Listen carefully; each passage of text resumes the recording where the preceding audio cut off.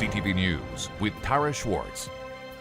Good evening. Thank you for joining us. We begin tonight with a terrible tragedy out of Pittsburgh. A gunman opened fire inside a synagogue. At least 11 people now are dead, many more wounded. Some law enforcement agents are calling the scene one of the most horrific they've seen. As Annie Bergeron-Oliver reports, police have a suspect in custody. 18 months after floods devastated parts of the West Island, some residents are still waiting to find out where they will live. Many are fighting to get permits to rebuild, but others say they've hit a wall. Kelly Gregg on that. Firefighters say unattended incense caused a 3-alarm fire in Côte-de-Neige this morning. The fire broke out on the 3rd floor of a residential building on Queen Mary Road around 8 a.m. The woman burning incense injured her hand while trying to extinguish the flames, but no one else was hurt.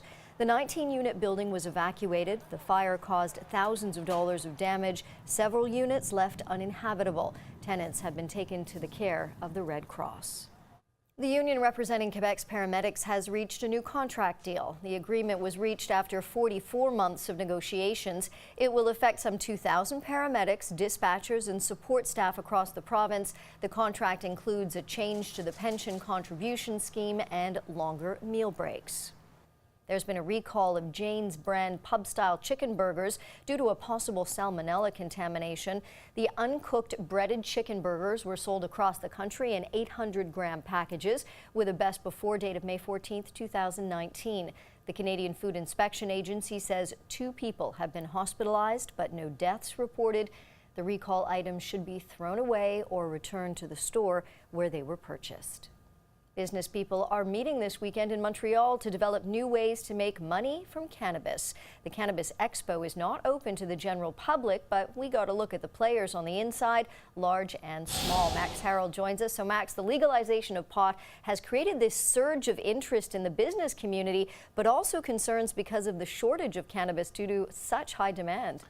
It is a new use for old cars. The STM's first Metro cars, the MR63s from the 1960s, were taken off the tracks 2 years ago, and now 2 Montreal brothers have a plan to give them a new lease on life. Amanda Klein explains.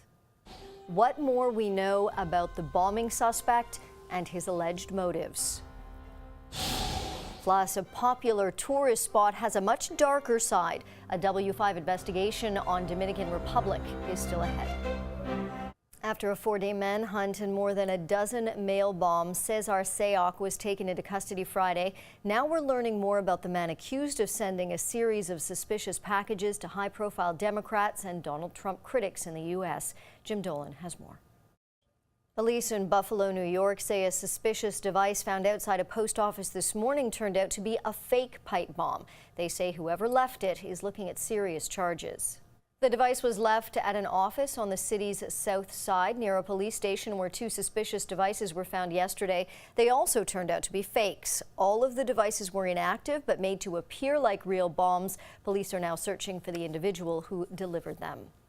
Saudi Arabia's top diplomat is speaking out against the global outcry and media focus on the killing of Saudi journalist Jamal Khashoggi. The foreign minister was speaking in response to questions from journalists at an annual conference of international officials, including U.S. Defense Secretary James Mattis in Bahrain. Turkey alleges a 15-member hit squad was sent to Istanbul to kill the journalist who was critical of Crown Prince Mohammed bin Salman. A summit to lay the groundwork for eventual peace in Syria is underway in Istanbul, with the leaders of Turkey, Russia, France, and Germany taking part. Turkish President Recep Tayyip Erdogan is hosting the meeting, which is expected to promote the preservation of a ceasefire in Syria's northwestern province of Idlib. The agreement last month prevented a Syrian government offensive on the last rebel stronghold that many feared would have set off another refugee crisis.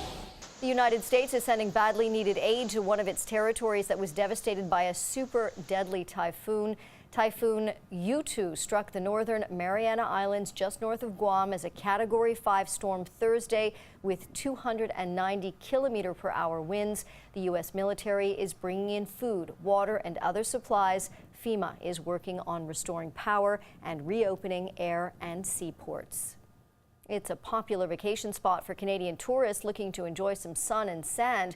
But as an exclusive W5 hidden camera investigation reveals, the Dominican Republic is also attracting a much more sinister type of tourist, those looking to have sex with children. As Avery Haynes discovered, anyone looking to expose this seedy industry can expect a rough reception. Thank you, Lori. Still ahead, struggling with a shortage of pot. What provinces need more supply?